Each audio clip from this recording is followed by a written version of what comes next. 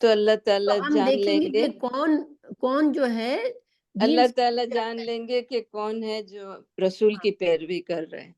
کیونکہ رسول کیونکہ اللہ صلی اللہ علیہ وسلم کی پیروی کرنے والوں نے تو کیا کیا، فوراً سے قبلہ بدل لیا، لیکن جنہوں نے انکار کیا وہ تھے جو کہ وہ پھر گئے، یعنی اللہ کی طرف سے پھر گئے، اللہ کی بات نہیں مانی، یہ مطلب ہے، ٹھیک ہے۔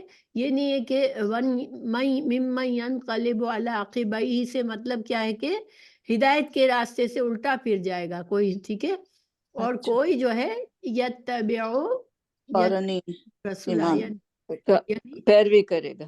پیروی کرے گا۔ اچھا، تو اب ایک سوال میرا ہے کہ اللہ تعالیٰ نے تو کبھی بھی قرآن میں یہ آیت نازل نہیں کی تھی کہ بیت المقدس تمہارا قبلہ ہے، اور اللہ تعالیٰ یہاں فرما رہے کہ ہم نے یہ قبلہ بنایا تھا پہلے تاکہ ہم اب جان لیں۔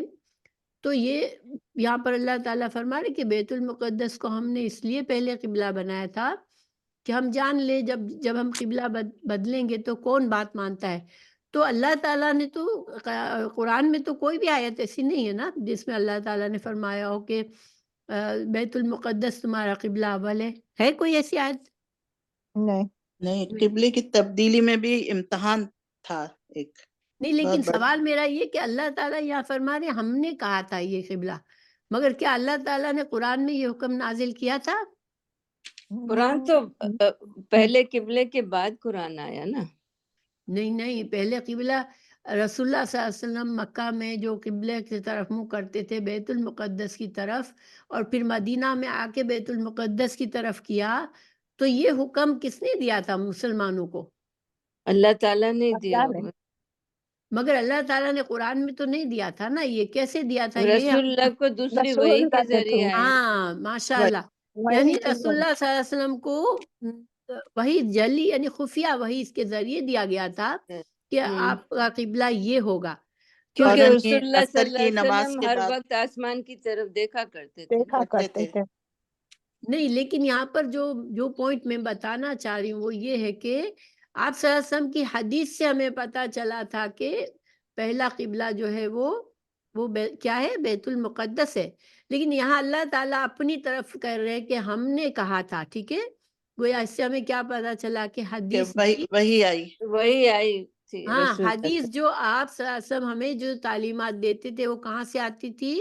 وہی کے ذریعے۔ وہی کے ذریعے آتی تھی، ٹھیک ہے، اللہ کی طرف سے آتی تھی، یعنی صحیح حدیث کی صداقت ہمیں پتہ چلتی ہے کہ رسول اللہ صلی اللہ علیہ وسلم اپنی مرضی سے باتیں نہیں کرتے تھے، جو باتیں ہمیں قرآن میں نہیں آتی تھی مگر آپ صلی اللہ علیہ وسلم حکم دیتے تھے یہ کرو یہ نہیں کرو، تو وہ کیا ہوتا تھا، وہ بھی وہی سے آتا تھا، ٹھیک ہے، یہ بات جی سمجھ میں آ رہی ہے آپ لوگوں کو؟ جی، اب اچھا، تو گویا کہ جو لوگ حدیث کو اتنی اہمیت نہیں دیتے کہ ہم قرآن مان لیتے ہیں، ہم حدیث تو ٹھیک ہے حدیث ہی ہے نا، تو کیا ان کا رویہ صحیح ہے حدیث کے بارے میں؟ نہیں، نہیں، کیونکہ حدیث میں کافی ڈیٹیل سے آپ کو ہر بات بتائی جاتی ہے۔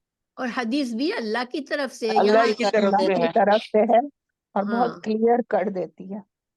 تو یہ تو جو ساری آیت ہے اس کو علماء جو ہے وہ اس کی حدیث کی اللہ کی طرف ہونے کی دلیل مانتے ہیں، ٹھیک ہے، کیونکہ اللہ کیونکہ تعالیٰ ہم یہاں نے کہا فرما رہا ہے کہ ہم نے کہا تھا، ہم نے ہم کہا نے یہ تم کہا تھا کہ قبلے کی طرف منہ کرو، بیت المقدس کی طرف منہ کرو، ہم نے کہا تھا مگر قرآن میں نہیں تھا یہ حکم، بند ٹھیک ہے، یہ میں بتانا چاہ رہی ہوں۔ یہ زیادہ تر لوگ کہتے ہیں نا کہ وہ حدیث ہم نہیں وہ کرتے ہیں کہ ہاں، ہاں، یو نو اٹس اے صحیح، گڈ تو یہ وہ بات غلط ہے، ایسا کہنا غلط ہے، کیونکہ رسول اللہ صلی اللہ علیہ وسلم کا کوئی بھی حکم صحابہ کرام کس طرح مانتے تھے، سمعنا وطعنا، آپ صلی اللہ علیہ وسلم نے فرمایا کہ ہم جو ہے قبلہ کی طرف بیت المقدس کی طرف منہ کریں گے، تو مسلمانوں کو بڑا عجیب لگا تھا، ہاں کیونکہ مسلمان جب مکہ میں تھے تو ان کو پتہ ہی نہیں تھا کہ وہ بیت المقدس بالکل کی طرف منہ کر رہے ہیں، وہ تو بالکل سمجھے تھے ہم خانہ کعبہ کی طرف منہ کر رہے ہیں،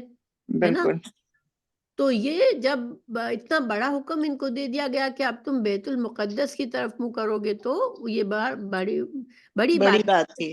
صحابہ کرام نے یہ کبھی تفریق نہیں کی تھی کہ رسول اللہ صلی اللہ علیہ وسلم فرما رہے ہیں یا اللہ تعالیٰ قرآن میں فرما رہا ہے، ٹھیک ہے، یہ پوائنٹ ہے یہاں پر۔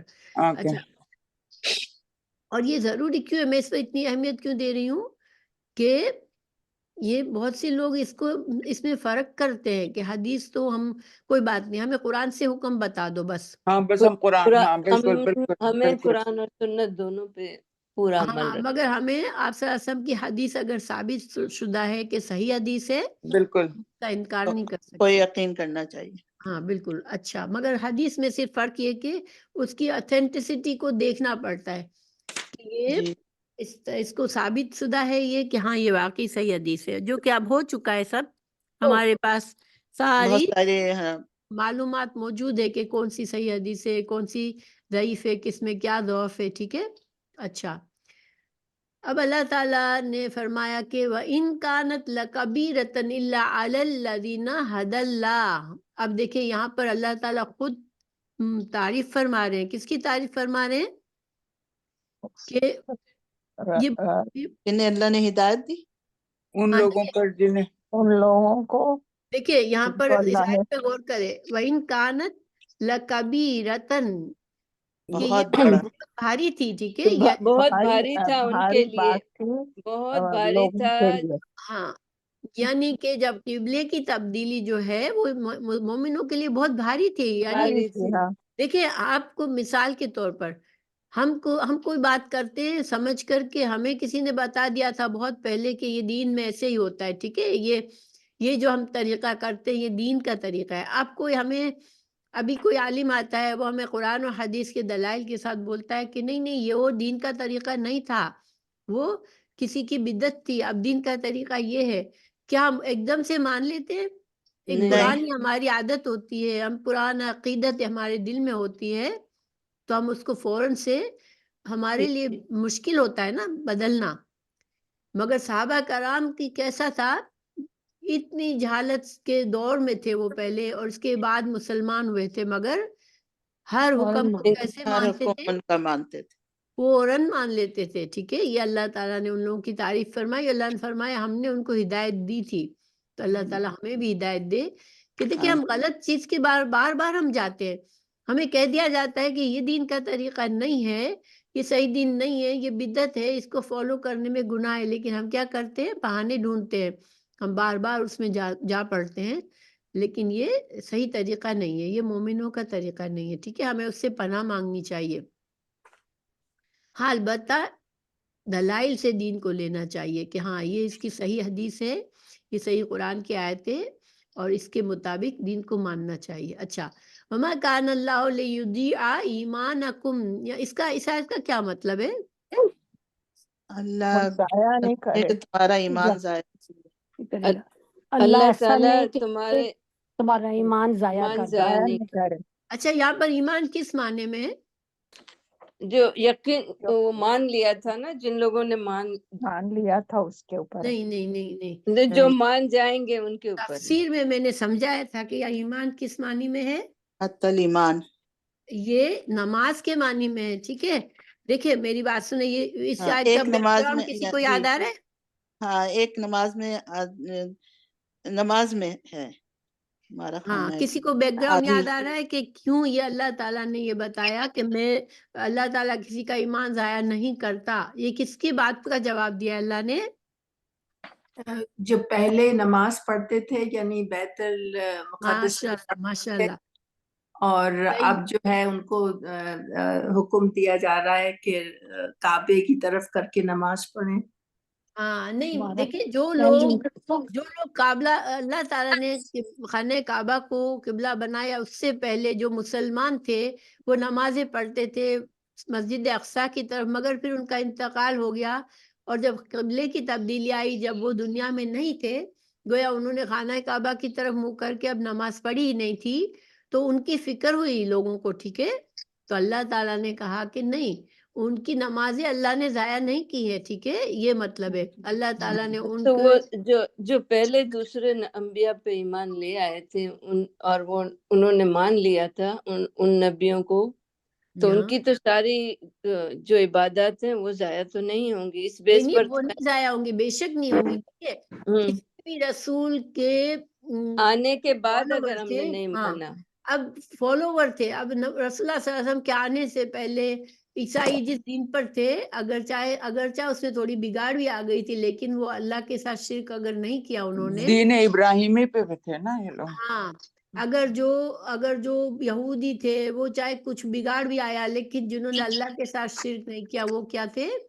سب کا ان ایمان سب ضائع کے نہیں ہوگا۔ ایمان کو ضائع نہیں ہوگا ان کا. نہیں، اسی طرح جو مسلمان تھے کہ مکہ کے یعنی خانہ کعبہ کو قبلہ بنانے سے پہلے ہی ان کا انتقال ہو گیا، انہوں نے صرف مسجد اقصی کی طرف نماز پڑھی تھی، تو اللہ تعالیٰ فرما رہے ان کی نمازیں ان کی اللہ ضائع نماز تھوڑی جو کرے گا، ہے ٹھیک ہے۔ یہ لوگوں کو کنسرن ہوا تھا، جیسے کچھ صحابہ کو فکر ہوئی کہ اچھا قبلہ ہمارا تو اصل میں تو اب یہ ہے، تو اب جو لوگ جنہوں نے خانہ کعبہ کی طرف نماز پڑھی ہی نہیں تو کیا ان کی نمازیں اب ضائع ہو جائے گی، اور وہ اب دنیا میں بھی نہیں ہے کہ وہ اس کو صحیح کرے۔ تو اللہ تعالیٰ نے نماز کو ایمان کہا کہ اللہ نے ان کا ایمان ضائع نہیں کیا، یا اسی ان طرح کی عبادت کو ضائع نہیں کیا. ان کی عبادت کو ضائع نہیں کیا، ان کے ایمان کو بھی ضائع نہیں کیا، لیکن اس میں نماز اشارہ جو ہے وہ عمل جو تھا وہ نماز کا تھا، تو نماز کی اہمیت بھی پتہ چلتی ہے، ٹھیک ہے، اس آیت میں کہ اللہ تعالیٰ نے نماز کو ایمان ہی کہہ کر بتا دیا۔ اب ایمان میں اس میں وسیع معنی بھی آ گیا کہ انہوں نے جو بھی عبادات کی، جو ان کے عقائد تھے، اللہ کو ایک مانا، وہ سب اللہ نے ضائع نہیں کیا، لیکن عمل صحابہ کی فکر کیا تھی کہ انہوں نے تو نمازیں ان کی کیا پھر قبول نہیں ہوئی، یہ تھی فکر، ٹھیک ہے۔ یہ نماز کو اللہ تعالیٰ نے ایمان کہا ہے یہاں پر، یہ بات اب کلیئر ہے؟ جی جی آج آپ لوگ بہت ہی تیار ہو کے نہیں آئے شاید، ہے؟ میں نے یہ ساری چیزیں بتائی تھی آپ کو لیکچر میں، سنا نہیں شاید کسی نے؟ نہیں، نہیں میں نے سنا سنا تھا، تھا، بھول لکھا بھی جاتے تھا، ہیں. میں خود ہی نہیں پڑھ پا رہی۔ ابھی ٹیسٹ کی پریشانی اتنی ہے. میں نے سنا تھا نسیمہ، اچھا سنا تھا، سنا تھا. ہاں لیکن ماشاء اللہ، چلے کوئی نہیں، ویسے میں کبھی کبھی میرا سوال کرنے کا انداز بھی ذرا سا ہاں یہ لکھا تھا میں نے، لیکن پڑھ ہی نہیں پا رہی ہوں خود سے۔ میں اپنے گلاسز بھیج دیتی ہوں۔ واقعی ان طرح اللہ مڑ کر کے بالناس لکھا ہوا ہے۔ رؤوف نہیں الرحیم. دیکھیے، یہ نا یہ آیات ہے نا بہت ہی اہم ہے، یہ دو آیات اس لیے میں نے صرف اکیلی رکھی تھی، ٹھیک ہے، کیونکہ اس میں ہاں بہت غور و فکر کرنے والی بات ہے۔ اچھا، ان اللہ بالناس لرؤوف الرحیم، اب اللہ تعالیٰ کی یہاں پر بے شک اللہ صفات تعالیٰ کون سی صفات آئی؟ رؤوف اور رحیم، رؤوف اور اور رحیم، رحیم. تو یہ اشارہ ملتا ہے کہ اللہ تعالیٰ بڑا انسانوں شفیق انسانوں اور کے ساتھ مہربان ہے، مہربان اور رحم کرنے والا ہے۔ اور جو کہ اللہ تعالیٰ نے یہاں بتا دیا کہ دیکھیں ایمان کے حالت میں کوئی بھی مرا اور اس نے کسی بھی رسول کا انکار نہیں کیا، پھر اس کی کوئی کمی کوتاہی ہوگی تو اللہ تعالیٰ اس کو معاف فرما دے گا، اگر شرک نہیں کیا ہوگا اور کسی نبی کا انکار نہیں کیا ہوگا تو پھر اللہ تعالیٰ غفور رحیم ہے، اللہ دل کی تعالیٰ نرمی، ہاں، رؤف جو ہے رؤوف جو ہے اور رحیم بہت رحم کرنے والا. بہت زیادہ رحم بہت کر، رحم ہے، ہماری ہر خطاؤں کو معاف دنیا اور دین دونوں کے لیے آزاد. کنٹینیوسلی رحم کرنے والا. ہاں، اب ہم سورہ ہود پر چلتے ہیں۔ اعوذ باللہ من الشیطان الرجیم، وَلَمَّا جَاءَتْ رُسُلُنَا لُوطًا سِیَّ بِهِمْ وَضَاقَ بِهِمْ ذَرْعًا وَقَالَ هَذَا يَوْمٌ عَصِیبٌ۔ اچھا، اس آیت کا ترجمہ کسی کو سمجھ میں آ رہا ہے؟ جب آئے ہمارے بھیجے ہوئے فرشتے ہمارے فرشتے لوط کے پاس، لوط کے پاس ان کی آمد سے، اور وہ لوط بہت علیہ السلام کے اور پاس. دل تنگ ہوا اور کہنے لگا کہ آج بڑی مصیبت کا دن ہے۔ تو کیوں فرشتوں سے کیوں ڈر گئے حضرت لوط علیہ السلام؟ کہ وہ بہت ہی فرشتے تو جب آتے فرشتے تھے تو تھے، انسان عذاب کی لے کے شکل آتے میں تھے۔ آئے تھے ان اور کا بھی بہت ہی تعلق پیچھے کی آیتوں سے ہے، کیونکہ جب وہ آئے تھے اور کھانا نہیں کھا رہے تھے تو حضرت ابراہیم کو ہوا کہ یہ کچھ نہ کچھ خبر لے کے آئے۔ مگر یہاں تو لوط علیہ السلام کی بات ہو رہی ہے نا، لوط علیہ السلام نے کیا پہچان لیا تھا کہ یہ فرشتے ہیں؟ ہاں جی، نہیں ہاں نہیں پہچانا تھا، وہ انسانی شکل میں آئے تھے، نہیں نہیں اور پہچانا، پہچانا انہیں یہ تھا، ڈر تھا کہ ان کی قوم جو ہے یہ کہیں برے کام، وہ انہوں نے پہچانا نہیں تھا، وہ پریشان تھے کہ یہ ہمارے مہمان آئے ہیں اور یہ ہماری بالکل قوم بالکل کے لوگ آ کے ان کو پریشان نہیں کریں. خوبصورت تھے وہ بہت نا جیسے. صحیح خوبصورت نوجوان تھے اور ان کی قوم کو بیماری تھی کہ وہ ہاں جی. مردوں کے پاس جاتے تھے اپنی عورتوں کو خواہش چھوڑ پوری کر. کرنے کے لیے. تو ان کو ڈر لگا کہ اب کیا ہوگا، اب میری قوم ان کے ساتھ کیا کرے گی، ٹھیک ہے، اس لیے ان کا دل ان تنگ کا ہوا. سینہ جو تھا وہ تنگ ہونے لگا. اچھا. وجاءه قومه يهرعون إليه ومن قبل كانوا يعملون السيئات. اب قوم نے کیا کیا یہاں بتائیں. ان کی قوم دوڑتی ہوئی دوڑتی ہوئی بے یہ باک ہے ہو کر، کی وہ طرف، لوگ بے باک ہو کر کیونکہ ان بہت کے گھر خراب کی طرف. قوم تھی. اچھا. یہرعون کا مطلب میں نے ذرا تفصیل سے سمجھایا تھا، کیا ہوتا ہے اس کا مطلب؟ بے باک ہو کر آئے. ہاں ماشاء اللہ. دھکے دے رکے نہیں، بہت جوش و تیش میں. دیکھیے کبھی آپ بے لوگوں باک. کا تجربہ ہوا ہے کہ آپ پہاڑی سے نیچے بھاگنے کی کوشش کریں، آپ ایک نصیبی جگہ پر ہیں اور آپ نیچے کی طرف ذرا زور سے بھاگتے ہیں تو پھر آپ کو کنٹرول رہتا ہے کہ آپ نہیں، وہ پھسلنے لگتے ہیں نا. ایسا لگتا ہے کہ گھبراہٹ ہونے آپ کو روک نہیں سکتے گھبراہٹ ہونے پہاڑ سے. لگتی ہے. بے چینی سے بھاگتے ہوئے آئے. پھر من قبلو، اب اللہ تعالیٰ فرمائے من قبلو کانو یعملون سیئات. اس آیت کا ٹکڑے کا کیا مطلب ہے؟ اس سے اور اس سے پہلے تھے وہ عمل برے کرتے کام تھے، پہلے بھی کرتے تھے. سیئات برے. وہ کرتے تھے. تو وہ بھاگ کر کس اچھی نیت سے آئے تھے یا بری نیت سے آئے تھے؟ بری نیت سے آئے. بری نیت سے، وہ بری نیت کیونکہ سے وہ آئے تھے. اتنے گناہ کے عادی تھے کہ وہ بے باکی سے لوط علیہ السلام کے گھر پر پہنچ گئے. بالکل. قال یا قومی ہؤلاء بناتی ہن اطہر لکم فاتقوا اللہ ولا تخزونی فی ضیفی. اچھا اب یہاں پر کیا فرما رہے ہیں حضرت لوط علیہ السلام؟ انہوں نے لوط کہا علیہ السلام نے میری کہا، قوم، اے میری قوم، قوم یہ میری یہاں بیٹی، سے ڈرو. میری وہ ان کو ہمارے بتا پاس رہے پاک تھے بیٹیاں ہیں، کہ یہ میری بیٹیاں بھی ہیں، ان کو وہ دیکھو. پاک ہیں. وہ سارے قوم کی جو بیٹیاں تھیں ان کو ان کی طرف اشارہ ہے.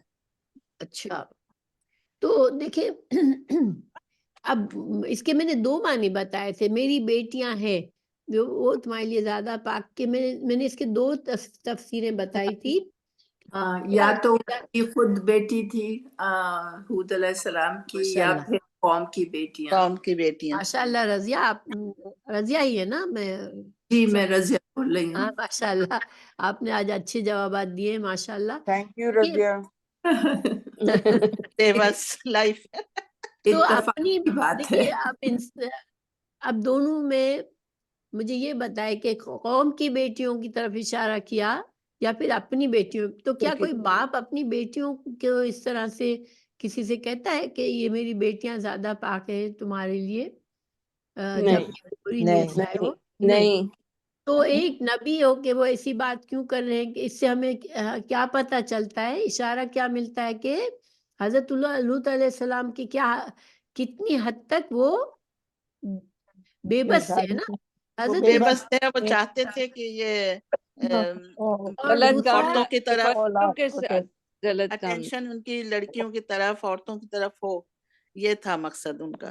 اور دوسرا یہ کہ ان کو پتا تھا ان کہ کو ڈر تھا نا کہ وہ کہیں جو مہمان آئے تھے ان کے اوپر ان کے ساتھ وہ زیادتی کرنے لگ جائے. تو وہ ایک طرح سے ان کو پتا تھا کہ میری بیٹیوں کی طرف تو یہ نہیں بڑھیں گے، لیکن وہ ان کو شرم دلا رہے تھے. ٹھیک ہے کہ باپ، تم نے ایک باپ کو اس حالت میں ڈال دیا کہ وہ بے بس ہو کے تمہیں اپنی بیٹیاں بیٹی کی بات کر رہا ہے. تو یہ دو طرح کی تفسیریں تھی. یا تو قوم کی بیٹیاں چونکہ نبی کی بیٹیاں ہوتی ہیں وہ اس لیے، یا پھر اپنی بیٹیاں. تو اس دونوں تفسیریں میں نے آپ کو بتائی تھی. اچھا فاتقوا اللہ ولا تخزونی فی ضیفی. اب یہاں کیا کہہ رہے ہیں؟ ان کی قوم نے انکار کیا، لوط کی قوم نے. ڈرو، وہ کہہ رہے ہیں کہ اللہ سے ڈرو، اللہ سے ڈرو. یہ میرے بالکل. مہمانوں کے سامنے اور مجھے اور میرے مہمانوں میں رسوا نہ کرو. ہاں ماشاء اللہ. ضعیفی. دیکھیے اس سے ہمیں پتہ چلتا ہے مہمان کو کتنی عزت دی جاتی تھی نا، بہت بالکل. کہ یعنی کہ وہ کتنے بے بس ہو گئے مہمانوں کو بچانے کے لیے کہ میرے مہمانوں کے ساتھ کوئی زیادتی نہ کر لے. الیس منکم رجل رشید.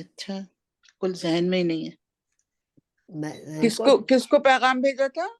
مطعم بن عدی نام کا ایک مشرک تھا، مگر وہ نسبتاً اچھا آدمی تھا. اس کو آپ صلی اللہ علیہ وسلم نے پیغام بھیجا تھا کہ کیا آپ مجھے پناہ دیں گے کہ میں مکہ میں آپ کی پروٹیکشن میں داخل ہو جاؤں، کیونکہ آپ صلی اللہ علیہ وسلم کو پتا تھا کہ مجھے مکہ میں مجھ پر قاتلانہ حملہ کریں گے. اگر میں اب طائف گئے بھی اسی لیے تھے کہ طائف والوں کے پاس سہارا لینے گئے تھے کہ اگر طائف والے مجھے اپنے پاس رکھ لیں، مجھے سہارا دے دیں، میں وہاں رہ کر وہ کروں اسلام کو دین کی، ہاں ہے نا.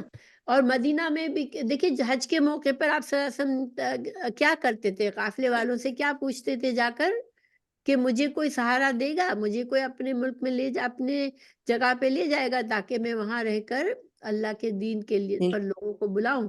یہ ساری باتیں ہم نے ہسٹری میں بھی پڑھی ہے، میں نے اس میں بھی بتائی تھی اس لیکچر میں بھی کہ رسول اللہ صلی اللہ علیہ وسلم کو بھی سہارا مانگنا پڑتا تھا. دیکھیں وہ اللہ تعالیٰ اسباب کے تحت چلاتا ہے دنیا کو، ٹھیک ہے. اگر انبیاء کے پاس تو اللہ کا بڑا سہارا ہوتا ہے، لیکن اللہ تعالیٰ اگر انبیاء کو ساتھی نہ دیتا، جیسے صحابہ کرام ہے، حضرت عیسیٰ علیہ السلام کی، دنیا کی زندگی میں سہارے ہاں کی بالکل، کیونکہ اسباب چاہیے ہوتے ہیں دنیا میں. دیکھیں حضرت عیسیٰ علیہ السلام کے لیے ہمیں کیا دلیل ملتی ہے، کس نے ساتھ دیا تھا حضرت عیسیٰ علیہ السلام کا؟ ہاں ماشاء اللہ، حواریوں نے حضرت عیسیٰ علیہ السلام کا سہارا دیا تھا. اللہ تعالیٰ نے قرآن میں اس کا ذکر فرمایا. حضرت عیسیٰ علیہ السلام نے کہا تھا وہی تو کون، ساتھی تھے ان کے. ہاں کون میرا سہارا بنے گا دین میں. اسی طرح دیکھیں حضرت موسیٰ علیہ السلام کو جب اللہ نے نبوت دی تو انہوں نے کیا کہا تھا اللہ سے؟ اپنے بھائی ہارون کے لیے ہارون دعا کو مانگی۔ اپنا مدد مانگی تھی نا کہ میرا اللہ ان کو مددگار بھی. بنا کے اللہ. تو دیکھیں تمام انبیاء کو سہاروں کی ضرورت تھی دنیا میں اسباب کے طور پر. دیکھیں کیونکہ جب ایک اکیلا انسان ہوتا ہے تو دنیا والوں کو نظر نہیں آتا کہ اس کے پاس کتنا بڑا سہارا اللہ کا موجود ہے. تو دنیا والے اس کو اکیلا سمجھ کر اس کی بات کو بالکل ٹھکراتے ہیں، ٹھیک ہے. اب اللہ تعالیٰ ہر قدم پر تو معجزے نہیں دکھاتا نا، کہ جس نے ذرا سا بھی منع کیا اس کے اوپر آ کے بجلی گر گئی. اب دیکھیں ابھی ہم حال دیکھتے ہیں، ٹھیک ہے، مثال کے طور پر کہ دنیا میں کہاں کتنی جگہوں پر کمزور سمجھ کر کتنے لوگوں پر ظلم کیا جا رہا ہے. ظلم ہو رہے ہیں. تو ظلم کیوں کر رہے ہیں وہ لوگ؟ ان کو کیا پتہ نہیں ہے کہ اللہ تعالیٰ دیکھ رہا ہے؟ نہیں، دنیا میں اسباب دیکھتے ہیں لوگ اسباب دیکھتے ہیں کہ کس کے پاس مضبوط سہارا ہے، اس کے سامنے لوگ ظلم کرنے کی ہمت نہیں کرتے، ٹھیک ہے. تو یہاں پر حضرت لوط علیہ السلام نے جو کہا کہ اللہ کہ میرے پاس کوئی کاش مضبوط سہارا ہوتا، یہ تو میں اللہ بھی کی پناہ لے لیتا، میں جو میں میرا بھی پناہ لوں. ہاں یہ اللہ کے توکل کے خلاف نہیں ہے، ٹھیک ہے. یہ بات ہے یہاں پر اصل میں.